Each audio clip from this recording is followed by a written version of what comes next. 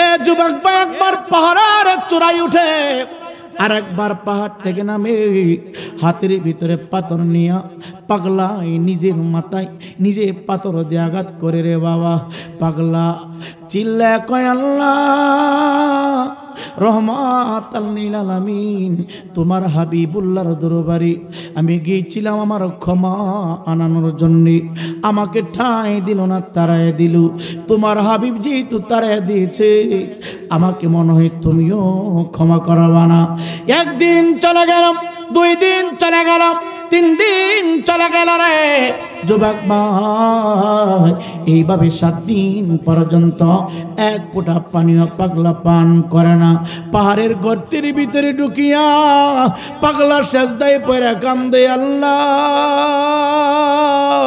সাহাবাই কেরাম আমারে তারায় দিল, এলাকার মানুষ আমারে তারায় দিল, রহমতের নবী আমারে আউট করে দিল, আমি এত নিকৃষ্ট হয়ে গেছি।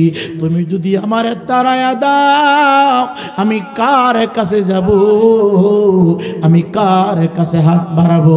চিৎকার দেখি আল্লাহু আকবার বলা যাবে না। 7 দিন পর্যন্ত কাদারে গর্তের ভিতরে থাকিয়া এই জিনাকারী আল্লাহর বান্দা কাঁদে কাঁদে কাঁদে রে, চোখ থেকে পানিগুলো সাইরা সাইরা আল্লাহর দরবারে কান্দে। আমার আল্লাহর কুদরত অন্তরে মায়া লাইগা গেছে, চিৎকার দিয়ে কি সুবহানাল্লাহ বলা যাবে না। এই 7 দিন পার হওয়ার পরে আমার আল্লাহ হযরতে জিবরাইল আমিনকে পাঠায় দিল, জিবরাইল যারে যা আমার হাবিবের দরবারে যা, আমার হাবিবকে যাই বলবে যে বান্দাটাকে তাড়ায়া দিছে, এই বান্দাকে সৃষ্টি করছে কি? জিবরাইল ডাক ডাক, ইয়া রাসূলুল্লাহ ইয়া হাবিবাল্লাহ, আমি আল্লাহর পক্ষ থেকে সংবাদ নিয়ে আসলাম গো নবীজি। আমার আল্লাহ জিজ্ঞাসা করেছে বান্দা সৃষ্টি করেন কি? ক আল্লাহ। ক বান্দার রিজিক দেয় কে? ক আল্লাহ। ক বান্দার তওবা কবুল করেন কে? ক আল্লাহ। নো কি এমন অপরাধ তুমি করেছ আমি জানতে চাই। এই পাগলা চোখ থেকে পানিগুলো ছাড়তেছে, ডাক ডাক, নবী গো আমি চুরি করি নাই, আমি ডাকাতি করি নাই, আমি পরের হক নষ্ট করি নাই, আমি এমন এক অন্যায় করেছি এতগুলো মানুষের সামনে বলতে আমার নিজেকে নিজে লজ্জা লাগতেছি, আমি কেমনে বলবো গো নবী? নবী আমার ডাক দেয়, কোনো ভয় নাই, আমি অনুমতি দিলাম, তুমি তোমার গুনার কথাগুলো উপস্থাপনা করো। তুমি বলতেছো জমিনের চাইতে বেশি, আসমানের চাইতে বেশি, সপ্তম আসমান সপ্তম জমিনের চাইতে তোমার গুনাহ বেশি হবে, এমন কি অন্যায় তুমি করেছ? আমি তোমার জবান থেকে শুধু শুনতে চাই। এবার পাগলা কি কি করলেন? এ যুবক ভাই, আল্লাহর কাছে তুমি যদি তওবা করো, আল্লাহর দরবারে তুমি যদি কান্নাকাটি করো রে, আল্লাহ মুহূর্তের ভিতরে বান্দাকে কেমনে ক্ষমা করে দেই। আল্লাহর কাছে যদি 3 দিকের অপরাধগুলি নিয়া আল্লাহর কাছে তুমি মাথা নত করো রে, আমার আল্লাহ তোমারে কেমনে ক্ষমা করবে একটু শুনে যাও। ডাক দে বলে, হুজুর আমি একাধারে এই মদিনাতুল মুনাওয়ারার ভিতরে 7 বছর পর্যন্ত মানুষ মারা গেলে নিজের হাত দিয়া কবর খনন করতাম, আমি অন্য কারো সাহায্য নিতাম না, আমি একা একা কবর খনন করতাম। কবর মানুষ মারা গেলে, পুরুষ যদি মারা যেত, গোসল করানোর জন্য যদি কোনো মানুষ মা পায় যেত, আমি বিনা অর্থে বিনা টাকায় মানুষের গোসল করাতাম। ইয়া রাসূলুল্লাহ, গোসল করানোর আগে এই হাত দিয়া 7 বছরের ভিতরে শত শত শত শত কবর আমি খনন করেছি, বিনিময়ে মৃত ব্যক্তির পক্ষ থেকে একটা খুরমা 1 গ্লাস পানিও আমি পান করি নাই। নবী বলেছেন কাজটা উত্তম করা চাও, অন্যায়টা কি হয়েছে আমি জানতে চাই। অপরাধ তোমার কি হয়েছে জানতে চাই। পাগলা এবার কথা বলে না, পাগলা চুপ করে দাঁড়িয়েছি। পাগলার সমস্ত শরীরটা কম্পন শুরু হয়ে গেছে, দুইটা ঠোঁট থরথর করে কাঁপতে শুরু করেছি। কিভাবে এমন জঘন্যতম অপরাধের কথা সে বলবে, কিভাবে এমন জঘন্যতম অন্যায়ের কথা সে উপস্থাপনা করবে। নবী বলে, এতক্ষণ পর্যন্ত তুমি তোমার কর্মের কথাগুলি বললা, মানুষ মারা গেলে তোমার হাত দিয়ে গোসল করাইলা, মানুষ মারা গেলে চিরস্থায়ী বাসস্থান কবরটা তুমি খনন করলা, এটা তো ভালো কাজ। অন্যায় তুমি কি করেছ? ডাক দিয়ে কই, মায়ার নবী গো, 7 বছর পর্যন্ত আমি ভালো কাজ করেছি। 7 বছর পরে আনসার এবং মুহাজিরদের বংশের ভিতরে, আনসার এবং মুহাজিরদের পরিবারের মধ্য থেকে একটা নওজোয়ান যুবতী সুন্দরী রূপসী ইন্তিকাল করেছে। আমি সংবাদ পেয়েছি, আমার মনের ইচ্ছা থেকে আমি কবরটা খনন করলাম। কবর খনন করতেছি আর আমার ভিতরে একটা কল্পনা জল্পনা শুরু হয়ে গেল। কবর খনন করার আগে আগে শয়তান আমার উপরে এমন ভাবে পাকড়াও হইল, এমন ভাবে শয়তান আমার উপরে চড়াও হইল। একটু আওয়াজ দিয়ে বলেন, শয়তান আমাদের শত্রু না বন্ধু? যারা বলেন শত্রু না বন্ধু? দেখি শুধু শত্রু না চিরশত্রু? চিরশত্রু শয়তান, কথা বলেন ঠিক কিনা? কেন আল্লাহ বলে, আলাম আহাদ ইলাইকুম ইয়া বানি আদামা আল্লাহ তা'বুদুশ শাইতান? জুড়ে বলেন, ঘোষণাটা কার? আল্লাহর। শয়তান আমাদের প্রকাশ্য শত্রু। মানুষ শত্রুতামি করে গোপনে, আর শয়তান শত্রুতামি করে মানুষের সাথে প্রকাশ্যে। কথা বলেন ঠিক কিনা? আপনাদের কি খারাপ লাগতেছে? অসুবিধা হচ্ছে? হাজিরিন, যুবকটা ডাক দিয়ে বলে, ইয়া রাসূলুল্লাহ, ইয়া হাবিবাল্লাহ, কবর খনন করা শেষ হয়ে গেল। আমার মেমোরির ভিতরে, আমার ব্রেনটির ভিতরে এমন একটা কথা ঢুকায় দিল শয়তান। কে জানি বলতেছি, আজকে যার জন্য কবর খনন করতেছো, এই মহিলা বড় সুন্দরী, বড় রূপসী, গুণবতী, তার বিবাহ হয় নাই, যৌবনকালে তার ইন্তিকাল হয়ে গেছে, কোন পুরুষের স্পর্শ তার শরীরের মধ্যে লাগে নাই। এই কন্যা সন্তান বেগানা কোন পুরুষের চেহারাটাও দেখে নাই। এ যুবক ভাই, যৌবন নষ্ট করবে দূরের কথা রে বাবা, কোন পরপুরুষের চেহারা এই আল্লাহর বান্দি দেখে নাই। ডাক দে বলে, হুজুর কবর খনন করা শেষ। ওই দিক দিয়ে তারা জানাজা শুরু হয়ে গেল, জানাজার নামাজ কমপ্লিট হয়ে গেল। জানাজার নামাজের পরে তাকে যখন কবরস্থ করে চলে গেল, সবাই যখন তাকে মাটি দিয়ে সমাধা করে চলে গেল, আমিও তার কবরের উপরে মাটি দিলাম, আমিও তার কবরের উপরে হাত দিয়ে মাটি দিলাম। কিন্তু মাটি দিতে দেরি হইছে, আমার কলবের ভিতরে শয়তান এমন ভাবে বাধা বেঁধেছে, শয়তান এমন ভাবে আমাকে পাকড়াও করেছে।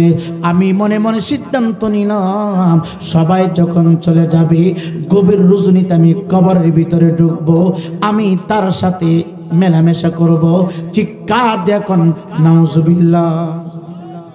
এই এই মিয়া, খাওয়ার জায়গা কি আর নাই? এই যে বুট খাওয়া শুরু করছো, কি কইতেছি কোনো গেলা যায়? কোন এই যে বাদাম খাইতেছে, খালি খাইতেছে। কি শেষ করে দিব? এই জোরে শেষ করে দিব?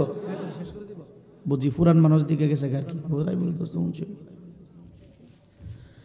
আল্লাহ আমাদের সকলকে কবুল করো, জোরে কোন আমিন। এই আর একটা বাদামও ছিলাইস না, যদি ওয়াজ মানলে তো বাড়ি যাবো। দেখি বুঝাও মারে, সামনে বাদাম খায়, দেখি বুঝাও। এখানে আমি লাল মিয়া বইয়ের ফুদি খাইতেছি, কোরআন হাদিসের কথা বলছি, আর তুই বয়ে বয়ে বাদাম খাস। এটা কোরআন হাদিসের সাথে ঠাট্টা করা। এই কথা কোন ঠিক কিনা? এখানে ক্লাস চলছে, এই কথাগুলি কি আর একটু পরে শোনা যাবে? বলেন, আপনি কি মনে করছেন? প্রত্যেক দিন কথা বলে, প্রত্যেক দিন হাদিস কোরআন দেখে পড়ে কথা বলি, যেই কথাগুলি বলি সারা দিন রিসার্চ করার পরে এই কথাগুলি উপস্থাপনা করা হয়। এই মেয়ে, এখানে কথা বলার কারো শক্তি আছে? এই স্টেজে কথা বলার কারো শক্তি আছে? আপনি 10 মিনিট কথা বলতে পারবেন? আল্লাহ আমাদের জবান দিয়ে বলাই, কথা কোন ঠিক কিনা? আল্লাহ আমাদের জবান দিয়ে কি করে? কথা বাহির করে। বলার মতো শক্তি নাই। এই জন্য মনোযোগ দিয়ে যেখানে যান, যে অবস্থায় যান, যেভাবে থাকেন, যেই কোনো বক্তা আসুক, যেই কোনো মাহফিলে যান, মনোযোগ দিয়ে কথা শ্রবণ করবেন। আর যদি ভালো না লাগে বাড়িতে চলে যান, কোনো অসুবিধা নাই। কিন্তু মাহফিলে বসে এই সমস্ত কাজ, আমি তো প্রতিটা মাহফিলে বলি, বুট বাদাম ইত্যাদি ইত্যাদি মাহফিলে নিয়ে আসেন কেন? এখানে আলেম ওলামারা কোরআন হাদিসের কথা বলে, আপনি মনোযোগ দিয়ে শুনবেন। কথা শুনলে আপনার দিল পরিবর্তন হবে, আপনার চেঞ্জ পরিবর্তন হবে। কথা বলেন ঠিক কিনা? আর কথার মনোযোগ যদি চলে যায় তাহলে কথা কি শুনলেন? ফায়দা হবে না তো। এজন্য আজকের মাহফিলে, যেই কোনো মাহফিলে আপনি যান, বুট বাদাম সাথে নিয়ে যাবেন না। এটা কোরআন হাদিসের সাথে ঠাট্টা করা হয়। যদি রাত্রে 2টা 3টার পরে হইতে, তাহলে একটা মনের একটা বুঝ দিতাম যে সারা রাত শুনছি, এখন মানুষের চোখে ঘুম এসে পড়ছে, এখন বুট বাদাম খাওয়ার প্রয়োজন। কথা কোন ঠিক কিনা? মাত্র তো কয়টা বাজে? 11:15 বাজে। আল্লাহ আমাদের সকলকে নবীওয়ালা জিন্দেগি দান করো, জোরে কোন আমিন। সকলে একটু দরুদ শরীফ পড়েন, আল্লাহুম্মা সাইয়্যিদিনা মাওলানা ওয়া আলা আলিহি সাইয়্যিদিনা।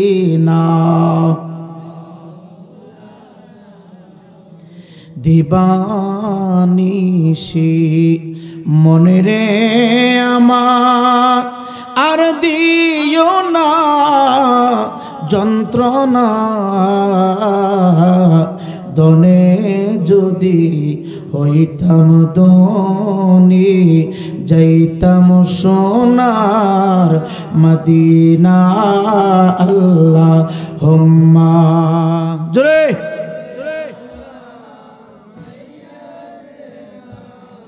মাওলানা ওয়ালা আলি সাইয়্যিদিনা।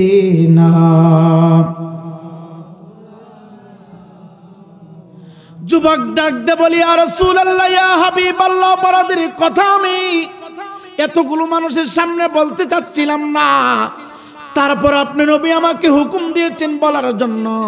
তাহলে এবার বিস্তারিত শুনুন। মানুষ যখন এই যুবতী কন্যাকে মাটি দিয়া যার যার বাড়িতে চলে গেল, রাত্র যখন গভীর হয়ে গেল, যার যার অবস্থানে সবাই ঘুমায় পড়ল, আমার চোখের ভিতরে নেশা চলে আসছে। আমার যৌবনের চাহিদা মিটাবো, আমি রাত্রিটা পার করবো কবরের ভিতরে।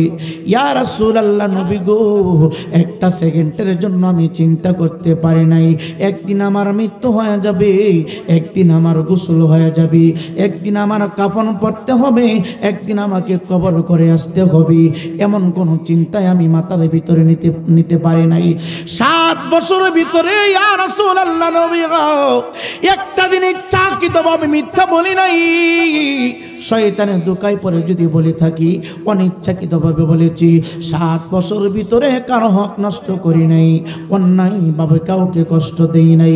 কিন্তু 7 বছর পরে নবীজি এই ঘটনা যখন আমার জিন্দেগির ভিতরে চলে আসলো, ইয়া রাসূলুল্লাহ নবী গো, রাত যখন গভীর হয়ে গেল, সবাই যখন ঘুমের মধ্যে চলে গেল গো নবী, আমি পাপী, আমি নিকৃষ্ট, আমি অপরাধী, আমি নিজেকে এত পাপিষ্ঠ নিকৃষ্ট বানাইলাম। রাত 12টার পরে গভীর রজনীতে আমি আমার হাত দিয়া কবরের মাটিগুলো উপর থেকে সরাইলাম গো নবীজি। কবরের মাটিগুলো সরাইয়া আমি কবরের ভিতরে ঢুকে গেলাম। কবরের ভিতরে ঢুকিয়া আল্লাহর বান্দির দেহ থেকে সাদা কাপড়টা আমি সরাইলাম। চেহারাটা যখন বাহির করলাম, সমস্ত শরীরটা যখন আমি খুলে ফেললাম, আমার মনে ইচ্ছা হয়ে গেল আমার যৌবনের চাহিদাটা আজকে পূরণ করব। ইয়া রাসূলুল্লাহ, মায়ার নবী গো, এটা দুনিয়াতে না, কবরের ভিতরে আমি আমার যৌবনের চাহিদাটা পূরণ করলাম। যৌবনের চাহিদা পূরণ করিয়া আমি কবরের ভিতর থেকে লাফ মারে উপরের দিকে উঠব। ওঠার সময় গো নবীজি, যেই মৃত্যু বান্দির সাথে আমি জিনায় লিপ্ত হয়েছি, আমি যৌবনের চাহিদাটা পূরণ করেছি, ওই আল্লাহর বান্দি একটা চিৎকার দিয়া কয়, রে আল্লাহর বান্দা, আমি আমার জীবন জিন্দিগি শুরু থেকে মৃত্যু পর্যন্ত আমার চেহারাটা অন্য বেগানা পুরুষ দেখতে পারে নাই। আমার হাত কেমন, পা কেমন, বেগানা কোনো পুরুষ দেখতে পারে নাই। দুনিয়ার জমিনে থাকতে আমি কোনো অন্যায় করি নাই, আমি কোনো পাপ করি নাই, আমি আমার জিন্দিগির ভিতরে নিকৃষ্ট কোনো কাজ করি নাই, আমি আমার জিহ্বাটা নাড়াইয়া কোনোদিন মিথ্যা বলি নাই, এই হাতটা দিয়া কোনোদিন অন্যায় কাজ করি নাই, এই পা দিয়া কোনোদিন অন্যায় কাজ করতে আমি যাই নাই। আমার শরীরের কোনো পশম বেগানা কোনো পুরুষ দেখতে পারে নাই। শুধু পশম দেখবে কেন রে, আমি যে জামাগুলো পরিধান করি এই জামা পর্যন্ত ভিন্ন কোনো পুরুষে দেখতে পারে নাই। আমি দুনিয়া থেকে আল্লাহ ডেকে ছাড়া দিয়া পবিত্র অবস্থায় কবরের ভিতরে ঢুকলাম। আর কবরে আসার পরে আজকে তুমি আমার অপবিত্র বানায় দিলা। দেখা হবে, কথা হবে তোর সাথে হাসরে। চিৎকার দেখুন আল্লাহু আকবার। ইয়া রাসূলুল্লাহ, আল্লাহর বান্দী আমার এই কথা বলে, আল্লাহর বান্দী চিৎকার দিচ্ছে, আল্লাহর কাঠগড়ার মধ্যে আমি তোরে দাঁড় করায় রাখবো। আমি আমার মনিবকে জিজ্ঞাসা করব, দুনিয়ায় থাকতে কেউ আমার ইজ্জতের উপর হামলা করতে পারে নাই, দুনিয়ায় থাকা অবস্থায় কেউ আমার ইজ্জত নিতে পারে নাই, দুনিয়ায় থাকতে আমার দেহের উপরে কোনো পরপুরুষ হাত দিতে পারে নাই, কবরের ভিতরে আসার পরে এই জালিম কেন আমার উপর আক্রমণ করলো, আমার ইজ্জত নষ্ট করলো। যতক্ষণ পর্যন্ত আল্লাহর দরবার থেকে আমি উত্তর না পাবো, ততক্ষণ পর্যন্ত আমি কাঠগড়া থেকে তোকে যেতে দিব না। চিৎকার দিয়ে বলেন না আল্লাহু আকবার। ইয়া রাসূলুল্লাহ, গভীর রজনীতে আমি কবরের ভিতর থেকে উঠি, আর আল্লাহর বান্দা আমার দিকে তাকাইয়া চিৎকার দিচ্ছে, গো নবী, কবরের ভিতর থেকে ওইটা আমি পাগল পারা হয়ে গেলাম। আমি কি করলাম? আমি আমার জীবন জিন্দিগি সব কিছু বরবাদ করে দিলাম। ইয়া রাসূলুল্লাহ, মায়ার নবী গো, এই অপরাধের কথা আমি কার কাছে বলবো? এই পাপের কথা আমি কার কাছে বলবো? আমি সিদ্ধান্ত নিলাম, আপনি নবী রহমাতাল লিল আলামিন আপনার কাছে প্রকাশ করলে, আপনার দরবারে পেশ করলে একটা ফয়সালা হবে। কারণ আপনি হলেন রহমাতাল লিল আলামিন। আপনার উসিলা নিয়ে যদি আল্লাহর কাছে বলি, মনে হয় আল্লাহ আমারে ক্ষমা করে দিবে। ইয়া রাসূলুল্লাহ, এতগুলো মানুষের সামনে আমি কেমনে দাঁড়াবো? এই জন্য আমি মসজিদে নববীর ভিতরে পবিত্র জায়গায় আমার অপবিত্র হাত লাগতে দেই নাই, আমার পা দিয়া ঢুকতে আমি পারি নাই। আমি মনের ভিতরে বড় ভয় পাইছি গো নবীজি। এত বড় জঘন্যতম কথা আপনার সামনে আমি কেমনে প্রকাশ করব? ইয়া রাসূলুল্লাহ, আমি ভুল করে বলেছি, অপরাধ করে ফেলেছি, আপনি আমারে মাফ করে দেন, আপনি আমারে ক্ষমা করে দেন। আমার নবী এই কথা শুনিয়া এত রাগান্বিত হয়েছে, এত রাগান্বিত হয়েছে, ধমক দিয়া আল্লাহর বান্দাকে মসজিদে নববী থেকে বাহির করে দিয়েছে। চিৎকার দেখুন আল্লাহু আকবার, নারে তাকবীর, নারে রিসালাত। সবারত্ন সাহেবের আগমন, যেরকম মারহাবা। আর কিছুক্ষণ সময় আমি কথাগুলো গুছিয়ে নিয়ে আসতেছি।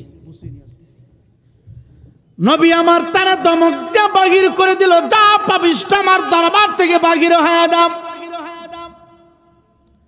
তোর মতো পাপিষ্ঠর চেহারা আমি দেখতে চাই না। তুই মৃত বান্দির সাথে জিনা করলি, যে আল্লাহর বান্দি জীবিত অবস্থায় কোনোদিন মিথ্যা বলে নাই, অন্যায় করে নাই, পাপ করে নাই, তাকে তুই কবরের ভিতরে নাপাক করে দিয়ে আসলি। তোর চেহারা আমি দেখতে চাই না, যা আমার কাছ থেকে বাহির হয়ে যা। এই পাগলা নৈরাশ হয়ে গেল। সাহাবায়ে কেরামের সামনে যখন আমার নবী তাকে বাহির করে দিলেন, পাগলা চিন্তা করে, গোটা জগৎ রহমত, নবী আমাকে বাহির করে দিয়েছে, নবীজি তো বাহির করে দিয়েছে, আমি পাপিষ্ঠর জায়গা আর কোথাও হবে না রে, আমার আল্লাহ আমারে ক্ষমা করবে না। মসজিদে নবী থেকে বাহির হইয়া পাগলা ঘরে আর যায় না রে, পাগলা হুজরার ভিতরে আর যায় না। পাগলা চিন্তা করতেছে, আমি পাহাড়ের উপরে দাঁড়াবো, নিজের জীবনটা নিজে দিয়ে দিব। আবার চিন্তা করতেছে, নিজের জীবনটা নিজে দিয়ে দিলে চিরস্থায়ী আমি জাহান্নামে হয়ে যাব, কারণ আত্মহত্যা করা মহাপাপ। আমি যদি এ যুবক ভাই একবার পাহাড়ের চূড়ায় উঠে আর একবার পাহাড় থেকে নামে, হাতের ভিতরে পাথর নিয়া পাগলা নিজের মাথায় নিজে পাথর দিয়ে আঘাত করে রে বাবা। পাগলা চিল্লা কয়, আল্লাহ রহমাতাল লিল আলামিন, তোমার হাবিবুল্লাহর দরবারে আমি গিয়েছিলাম আমার ক্ষমা আনানোর জন্য, আমাকে ঠাঁই দিল না, তারায় দিল। তোমার হাবিব যেহেতু তারায় দিয়েছে, আমাকে মনে হয় তুমিও ক্ষমা করবা না। একদিন চলে গেলাম, 2 দিন চলে গেলাম, 3 দিন চলে গেল রে যুবক ভাই। এইভাবে 7 দিন পর্যন্ত এক ফোঁটা পানিও পাগলা পান করে না। পাহাড়ের গর্তের ভিতরে ঢুকিয়া পাগলা সেজদায় পড়ে কান্দে, আল্লাহ সাহাবায়ে কেরাম আমারে তারায় দিল, এলাকার মানুষ আমারে তারায় দিল, রহমতের নবী আমারে আউট করে দিল, আমি এত নিকৃষ্ট হয়ে গেছি। তুমি যদি আমারে তারায় দাও, আমি কার কাছে যাব, আমি কার কাছে হাত বাড়াবো? চিৎকার দেখি আল্লাহু আকবার বলা যাবে না। 7 দিন পর্যন্ত কাদারে গর্তের ভিতরে থাকিয়া এই জিনাকারী আল্লাহর বান্দা কাঁদে কাঁদে কাঁদে রে, চোখ থেকে পানিগুলো সাইরা সাইরা আল্লাহর দরবারে কান্দে। আমার আল্লাহর কুদরত অন্তরে মায়া লাইগা গেছে, চিৎকার দিয়ে কি সুবহানাল্লাহ বলা যাবে না। এই 7 দিন পার হওয়ার পরে আমার আল্লাহ হযরতে জিবরাইল আমিনকে পাঠায় দিল, জিবরাইল যারে যা আমার হাবিবের দরবারে যা, আমার হাবিবকে যাই বলবে যে বান্দাটাকে তাড়ায়া দিছে, এই বান্দাকে সৃষ্টি করছে কে? জিবরাইল ডাক দেখো, ইয়া রাসূলুল্লাহ, ইয়া হাবিবাল্লাহ, আমি আল্লাহর পক্ষ থেকে সংবাদ নিয়ে আসলাম গো নবীজি। আমার আল্লাহ জিজ্ঞাসা করেছে বান্দা সৃষ্টি করেন কে? ক আল্লাহ। ক বান্দারে রিজিক দেয় কে? ক আল্লাহ। ক বান্দার তওবা কবুল করেন কে? ক আল্লাহ। নবী আমার প্রত্যেকটা কথার উত্তর জিবরাইলকে দিয়ে দিলেন। সবার শেষে আমার আল্লাহ বলে দিলেন, জিবরাইল জানে যা, আমার বান্দাটাকে আমার হাবিবুল্লাহর দরবার থেকে আমার হাবিব রাগ করে তাড়াইয়া দিছি। এখন আমার হাবিবকে বলবে এই বান্দাকে খুঁজা আমার হাবিবের দরবারে আনিয়া আমার হাবিব যেন তাকে মাফ করে দেন। চিৎকার দেখি সুবহানাল্লাহ বলা যাবে না? এ যুবক ভাই, চোখের পানির মর্যাদা সম্মান আল্লাহর দরবারে কেমন? এই জিবরাইল যখন সংবাদ বইলা চইলা গেল, আমার নবীজি একটা পাগলা সাহাবীকে ডাক দিল, ও বাবা তুমি আমার সামনে আসো। আজ থেকে 7 দিন পূর্বে একজন নওজোয়ান তোমাদের সামনে দাঁড়াইয়া গুনাহের বর্ণনা করেছিল, তোমার কি চেহারাটা মনে আছে? যাও তার বাড়িতে চলে যাও। নবীর আদেশ পাইয়া পাগলা ওই জালেমের বাড়িতে চলে গেল, ওই জিনাকারীর বান্দার বাড়িতে চলে গেল। যাইয়া দেখে ওই পাগলা বাড়িতে নাই। জিজ্ঞাসা করলো কোথায়? ডাক দে বলো, আল্লাহর নবীর সাহাবী আজ থেকে 7 দিন পূর্বে নবীর দরবারে গিয়েছিল। নবীর দরবারে গেছে জানি, এরপর থেকে আর বাড়িতে আসলো না। বাড়িতে আইসা খাবারও খায় না, গোসল করে না। কোথায় জানি চলে গেছে রে বাবা, কোন দিকে জানি চলে গেছে। বাড়ির মানুষ শুধু এতটুকু বলেছে, আমরা শুনেছি, আমরা দেখেছি, আমরা নজর করে দেখতাম এই আল্লাহর বান্দা প্রতিদিন আসরের নামাজের পরে উঁচু পাহাড়ের দিকে যাইতো, যাইয়া জানি কতটুকু সময় পার করতো, কি জানি করতো রে। আল্লাহর নবীর সাহাবী তো ওরা পাহাড়ের কাছে চলে গেল। যাইয়া দেখ রে বাবা, পাহাড়ের গর্তের ভিতরে, পাহাড়ের গর্তের ভিতরে পাগলা সেজদায় পড়া এমন ভাবে কান্না কানতেছে। 7 দিন পর্যন্ত গাদারে কান্নার কারণে কণ্ঠ দিয়ার আওয়াজ বাহির হয় না। শুধু বলে, আল্লাহ আমারে তুমি মাফ করে দাও, আমারে তুমি মাফ করে দাও। আমি নিজের নফসের উপরে জুলুম করেছি, অন্যায় করেছি, অপরাধ করেছি, তুমি আমারে ক্ষমা করে দাও। কিছুক্ষণ পরে পাগলার সেজদা থেকে মাথা উঠাইল। নবীর সাহাবী ডাক ডাকে, এই পাগলার কাঁদতে হবে না, রহমতের নবী তোমাকে যাওয়ার জন্য বলেছি। পাগলা ডাক দেখে, নবী আমার তাড়াইয়া দিল, আমি পাপিষ্ঠ বলি, আমি আর নবীর দরবারে যাব না, আমি আমার নিজের জীবনটা এইভাবে কাঁদতে কাঁদতে শেষ করে দিব।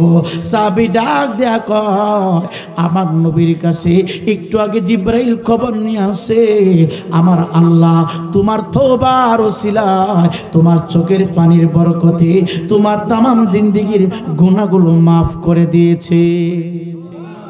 আরো জোরে বলেন না? এর জন্য চোখের পানির মর্যাদা কম না বেশি? আল্লাহ তাআলার দরবারে বেশি বেশি করে কান্না করবেন। গুনার দিকে তাকিয়ে নিজেকে নিজে ছোট মনে করবেন। গুনার দিকে খেয়াল করে নিজেকে নিজে একবারে বিনয়ী হয়ে যাবেন। কার কাছে? জোরে বলেন, কার কাছে? আল্লাহ তাআলার দরবারে আমাদের সকলের আশা বসা কবুল করুক। জোরে কোন আমিন। এই মাহফিল যেন কবুল হয়, এই মাহফিল যেন প্রতি বছর হয়। ডাক্তার আমার ভাই জনাব মোহাম্মদ উসমান ভাইয়ের জন্য সবাই দোয়া করবেন, তার পরিবারের জন্য দোয়া করবেন। তার আব্বা ইন্তিকাল করেছে, মনে হয় ভাইজানের মাও নাই না, তার আব্বা বাবা আসেনি, বাবাও নাই, মাও নাই, এতিম সন্তান। তাদের জন্য দোয়া করবেন। এই মাহফিলের বরকত রহমত দিয়া যেন এই মুহূর্তে কবর আযাব কিয়ামত পর্যন্ত বন্ধ করে দেন। জোরে কোন আমিন। আরো জোরে কোন আমিন। আল্লাহ তাআলা আমাদের সকলের আশা বসা যে কথাগুলো বললাম, এই কথাগুলোর উপরে নিজেকে আমল করার তৌফিক যেন দান করে। জোরে বলি আমিন। যতই অপরাধ করেন না কেন, আল্লাহ রহমান, আল্লাহর কাছে তওবা করলে আল্লাহ ক্ষমা করে দিবে। একটা হচ্ছে হকুল্লাহ আর একটা হচ্ছে হকুল ইবাদ। একটা হচ্ছে আল্লাহর হক আর একটা বান্দার হক। সবসময় মনে রাখবেন, আল্লাহর হক নামাজ রোজা ইত্যাদি ইত্যাদি ইবাদত যদি চলে যায়, আল্লাহ ইচ্ছা করলে আল্লাহ রহমান ক্ষমা করে দিবে, ক্ষমা করতে পারেন। এই ক্ষমতা আল্লাহর আছে না নাই? আল্লাহর হক আপনি নষ্ট করে ফেলেছেন শয়তানের ওয়াসওয়াসায় পড়ে, আল্লাহ মুহূর্তের ভিতরে আপনাকে ক্ষমা করে দিবে। কিন্তু কেউ যদি বান্দার হক নষ্ট করেন, এই অপরাধ কিন্তু আল্লাহ ক্ষমা। বান্দার হক নষ্ট করা থেকে বিরত থাকবেন। কোনোভাবে বান্দার হক নষ্ট করবেন না। আল্লাহ তাআলা আমাদের সকলকে সহি বুঝ দান করুক, জোরে কোন আমিন। 5 ওয়াক্ত নামাজ পড়বেন, সুন্নিয়তের পক্ষে থাকবেন, বেশি বেশি করে দুরূদ ও সালাম পাঠ করবেন। যাদের আব্বা আম্মা আছে, মা বাবা বড় নিয়ামত, মা বাবার বড় নিয়ামত। পৃথিবীতে যত পীর আছে যদি এক ঘরে রাখেন, পীর সাহেবকে যদি বলেন হুজুর আপনি আমারে জান্নাত দেন, জান্নাত কোথায়? পীর সাহেব বলবে আল জান্নাতু তাহতা আকদামিল উম্মাহাত। চিল্লে এখন সুবহানাল্লাহ। জান্নাত পীর সাহেব জান্নাত দেখানোর রাস্তা।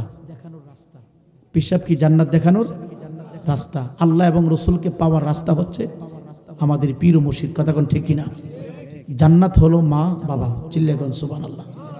এই জন্য মা বাবারে কষ্ট দিয়ে যদি পীর সাহেবের দরবারে বসে থাকি, তাহলে এই মুরিদি, এই পীরালি কি আল্লাহ কবুল করবে? যখন করবে। এর জন্য মা বাবার দিকে দৃষ্টি রাখবেন, মা বাবার দিকে খেয়াল রাখবেন। বলবেন হুজুর আব্বা মা নাই। রসুল হাদিসে বলেছেন তোমার আব্বা মা যদি দুনিয়া থেকে বিদায় হয়ে যায়, তুমি দেখো তোমার বাবা কোন মুরব্বীর সাথে চলছে, তোমার মা কোন মহিলার সাথে চলছে, তারে ভালোবাসা দাও, তারে মহব্বত দাও, সওয়াব তোমার আব্বা মা কবর থেকে পাবে। জোরে কন্যা সুবহানাল্লাহ। এর জন্য মা বাবার খেদমত করবেন, মা বাবাকে ভালোবাসা দিবেন। শীতের মৌসুম, অনেক ফল ফলাদি আছে, মা বাবা খাবে না, তারপরও মা বাবার কাছে নিয়ে আসবেন। দেখবেন এই খাবারগুলো আপনার সন্তানদেরকে দিয়ে দিছে। কথা কোন ঠিক কিনা? মা বাবার সাথে সম্পর্ক রাখার দরকার আছে না নাই? মা বাবাকে ভালো রুমে রাখবেন, বাঙ্গা করে না। কোথায় রাখবেন? হুজুর আসলে যেমন একটা ভিআইপি পার্সন রুম দেন, পিসা হুজুর আসলে যেমন ভিআইপি একটা বিছানা দেন। যদি কারো আব্বা আম্মা বেঁচে থাকে, তার চাইতে ভিআইপি বিছানা, ভিআইপি একটা রুম আপনার আব্বা আম্মার জন্য সব সময় তৈরি করে রাখবেন। রাজি আছেন তো? বলেন ইনশাআল্লাহ। যারা বলেন ইনশাআল্লাহ। মা বাবার খেদমত, মা বাবা বরাবর নিয়ামত। আল্লাহ তাআলা আমাদের সকলকে কবুল করুক, জুড়ে বলি আমিন। কিছু কথা বলেছি, যদি কথার ভিতরে আপনাদের কাছে কষ্ট লেগে থাকে ক্ষমা নজরে দেখবেন। বিদায় নিচ্ছি, দোয়া চাই, দোয়া করি। আসসালামু আলাইকুম ওয়া রাহমাতুল্লাহি মিনাশ শাইতানির রাজীম।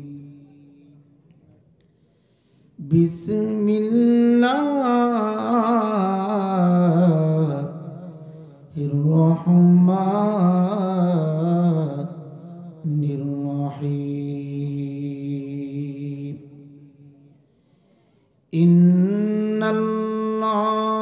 ইন্নাল্লাহা ওয়া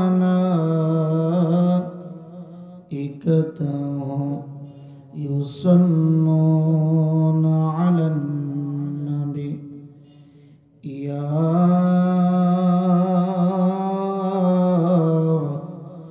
আইয়ুহাল্লাযীনা আমানু সাল্লু আলাইহি ওয়া সাল্লিমু তাসলিমা। আল্লাহুম্মা মাশাআল্লাহ জোরে।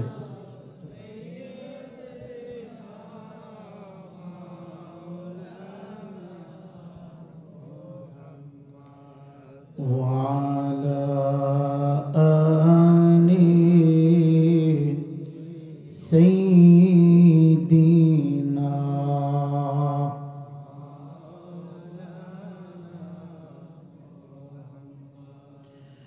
মরনা মোরার হবে কি দিন।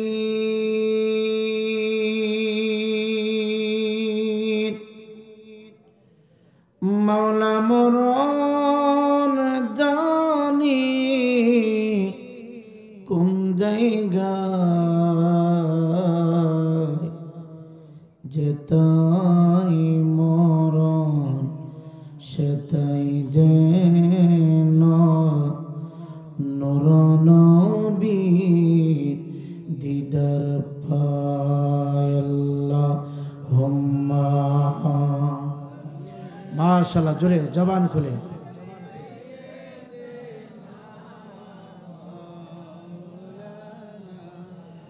মুহাম্মদ ওয়া আলা আলি সাইয়্যিদিনা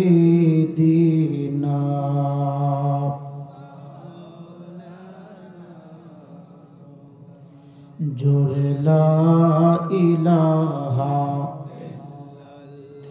বলো লা ইলাহা বলো লা ইলাহা ইল্লাল্লাহ লা ইলাহা সুবহানাল্লাহ আলহামদুলিল্লাহ লা ইলাহা বলো লা ইলাহা ইল্লাল্লাহ লা ইলাহা লা ইলাহা লা ইলাহা তুমি বাঁচাও তুমি মারো অবিরত ক্ষমা কর ধরার যে তাকে ধর তোমার মতোই সবই আল্লাহ সুবহানাল্লাহ আলহামদুলিল্লাহ লা ইলাহা লা ইলাহা ইল্লাল্লাহ মুহাম্মাদুর রাসূলুল্লাহ সাল্লাল্লাহু তাআলা আলাইহি ওয়াসাল্লাম ইসমে জাত আল্লাহ আল্লাহ আল্লাহ আল্লাহ আল্লাহ আল্লাহ আল্লাহ আল্লাহ আল্লাহ क्या मुबारक नाम है अल्लाह अल्लाह मोमिनों का काम है अल्लाह।